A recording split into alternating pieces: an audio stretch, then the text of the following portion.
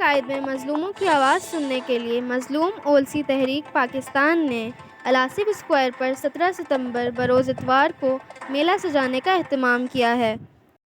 Chairman حاجی صادق خان نے press conference میں خطاب کرتے ہوئے کہا کہ ہم بلا رنگ نسل اور زبان بلا امتیاز ملک پاکستان کی خدمت کرنے کا جذبہ لے کر نکلے ہیں۔ ہم مظلوموں کی آواز بننے کے لیے تیار ہیں۔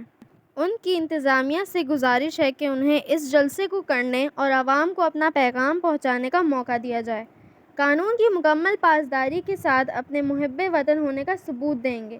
ان کا مزید کہنا تھا کہ ہمارے ساتھ مکمل تعاون کیا جائے، ملک کی ترقی اور سلامتی کے لیے ہمارا ساتھ دیا جائے۔ اس جلسے سے ثابت کریں گے کہ ہم لوگ دل سے مظلوموں کا ساتھ دیں گے۔ بلوچستان کے صوبائی صدر محمد ایوب، سردار محمد گل جان، ظاہر شاہ، آغا اسد پٹھان، حاجی عبدالوہاب کے ساتھ اپنی رہائش گاہ پر اظہار خیال کیا۔ روز اتوار انشاءاللہ ہم نے پلان کیا ہے الاسب اسکوائر سوراخ گوٹ میں ایک عظیم الشان جلسہ کرنے کے لیے، اور جلسے کا مقصد مظلوموں کی آواز بننا ہے اور مظلوموں کی آواز کو ہم نے اعلیٰ حکام تک پہنچانا ہے۔ اس وقت یہاں پریس کانفرنس میں شریک ہمارے معززین عبدالوہاب خلجی صاحب، آغا اسد درانی صاحب، سردار محمد گل صاحب، ہمارے چیئرمین جو کہ کسی تعارف کے محتاج نہیں، حاجی صادق خان چکزی، آغا ظاہر شاہ، اور ہمارے بلوچستان کے صدر ایوب ترین صاحب، تشریف تمام صحافی حضرات کے توسط سے ان بالا حکام کو بحیثیت ایک معزز پاکستانی ایک با احترام پیغام دینا چاہتا ہوں کہ مظلوم اولسی تحریک پاکستان کے شہر کراچی میں ایک عوامی جلسے کا اعلان بتاریخ 17 ستمبر بروز اتوار ہم کر چکے ہیں، جو کہ ہمارے آئینی حق بھی ہے، جس کے تسلسل کے حکومتی سطح پر قانونی کارروائی کے لیے باقاعدہ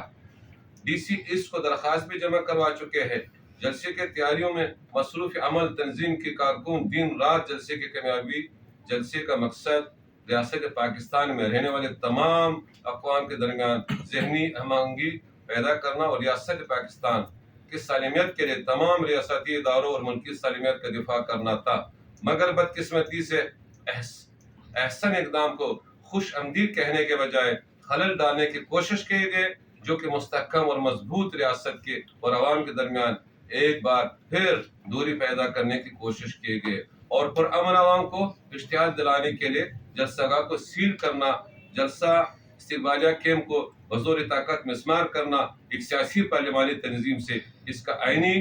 اور جمہوری حق چھیننے کی کوشش کی گئی ہے۔ معزز صحافی حضرات، طویل عرصے کے اقتدار پر قابض اور اسی سیاستدان اور جاگیردارانہ نظام حکومت کے حامل سیاسی جماعتی اسی عوامی پرامن جلسے کے راہ میں رکاوٹ ڈالنے کے لیے اپنے مضمون مقاصد میں کامیابی کے لیے ناکام کوشش کر رہے ہیں۔ لہٰذا آج اس پریس کانفرنس اور آپ صحافی حضرات کے توسط سے deputy commissioner east, I G Sindh, D I G east اور تمام متعلقہ حکومتی اداروں سے اپیل کرتے ہیں کہ ہمارے جلسے کے شیڈول میں خلل ڈالنے سے گریز کرے، این او سی جاری کیا جائے۔ اگر ہمارے اس پرامن جلسے میں خلل ڈالنے کی کوشش